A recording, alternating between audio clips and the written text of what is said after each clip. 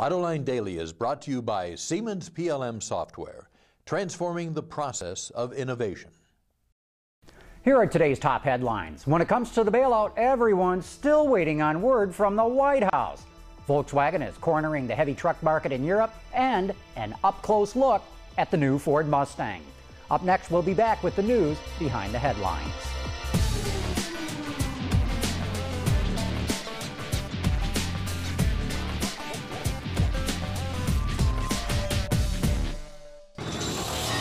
This is Autoline Daily for Tuesday, December 16, 2008, and now the news. Another day and still no money from the White House, but all the major wire services report it will likely happen tomorrow. The AP quotes Michigan Senator Carl Levin as saying GM will get $8 billion, Chrysler will get $7 billion, and Treasury Secretary Henry Paulson will be the car czar. Automotive suppliers are especially nervous about getting paid. The AP reports Chrysler pays out $7 billion to suppliers every 45 days. Big changes in the big truck market. Volkswagen now owns nearly 30% of German truck maker MAN and nearly 70% of Swedish truck company Scania. VW is pushing for a three-way alliance between the companies, the Wall Street Journal reports, and MAN is buying up all of VW's truck operations in Brazil. Daimler announced that it will partner with EVONIK Industries to produce lithium-ion batteries to power Mercedes and smart electric vehicles. Daimler will acquire just less than 50% of a company owned by EVONIK. This cooperation will help Daimler reach its goal to start mass producing EVs by 2010. WordsAuto.com reports that French President Nicolas Sarkozy is promising to help car makers finance their sales, but only if they stop moving production and parts sourcing outside of France. And in other global auto aid news, China is considering cutting the purchase tax for a car. The proposal is to tax cars based on engine size. Cars with smaller engines would have lower taxes. You know, it's a sad time for motorsport fans. Yesterday, Suzuki canceled its World Rally Championship program, and Autoblog reports that Subaru may be pulling out too, with a formal announcement coming tomorrow. This follows on the heels of Honda quitting Formula One and all the trouble the NASCAR teams are going through finding sponsors. Okay, everybody knows the economy's in the toilet. Global markets are reeling, and the U.S. has really high unemployment, and apparently nobody's immune to the downturn. Our media partner Autoblog reports that someone's delivering pizza in an Aston Martin DB7. Maybe Domino's brought back that 30 minutes or less guarantee, and they needed something faster than a GeoPrism to make the deliveries. Coming up next in our feature story, a look at Ford's redesigned 2010 Mustang. Siemens, transforming the process of innovation. In 2005, Ford introduced today's retro-themed Mustang.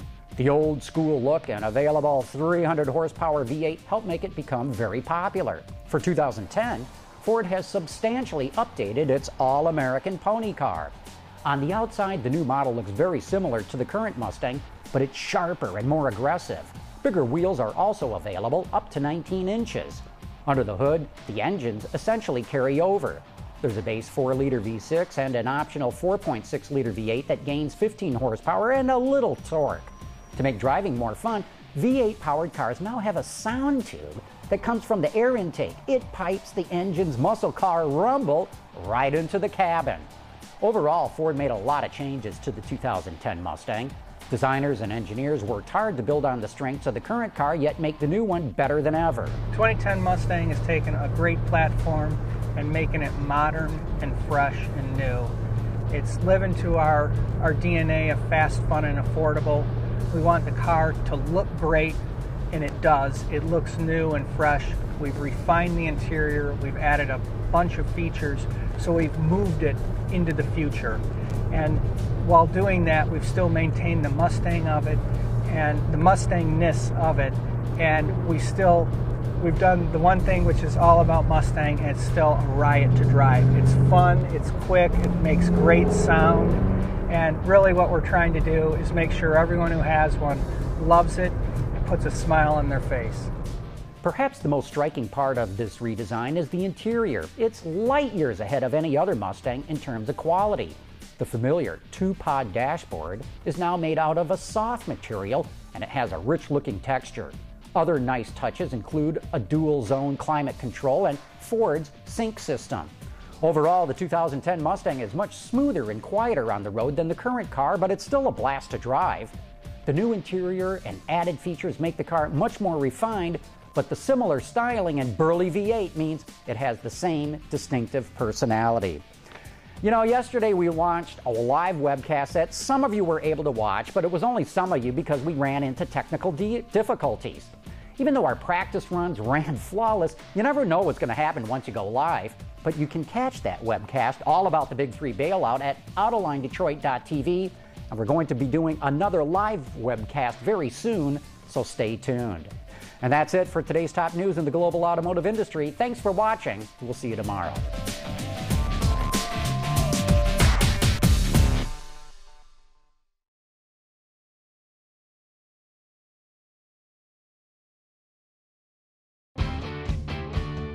Visit our website for even more great content all week long.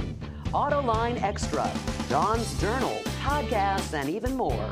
So click over and get the inside view at AutolineDetroit.tv.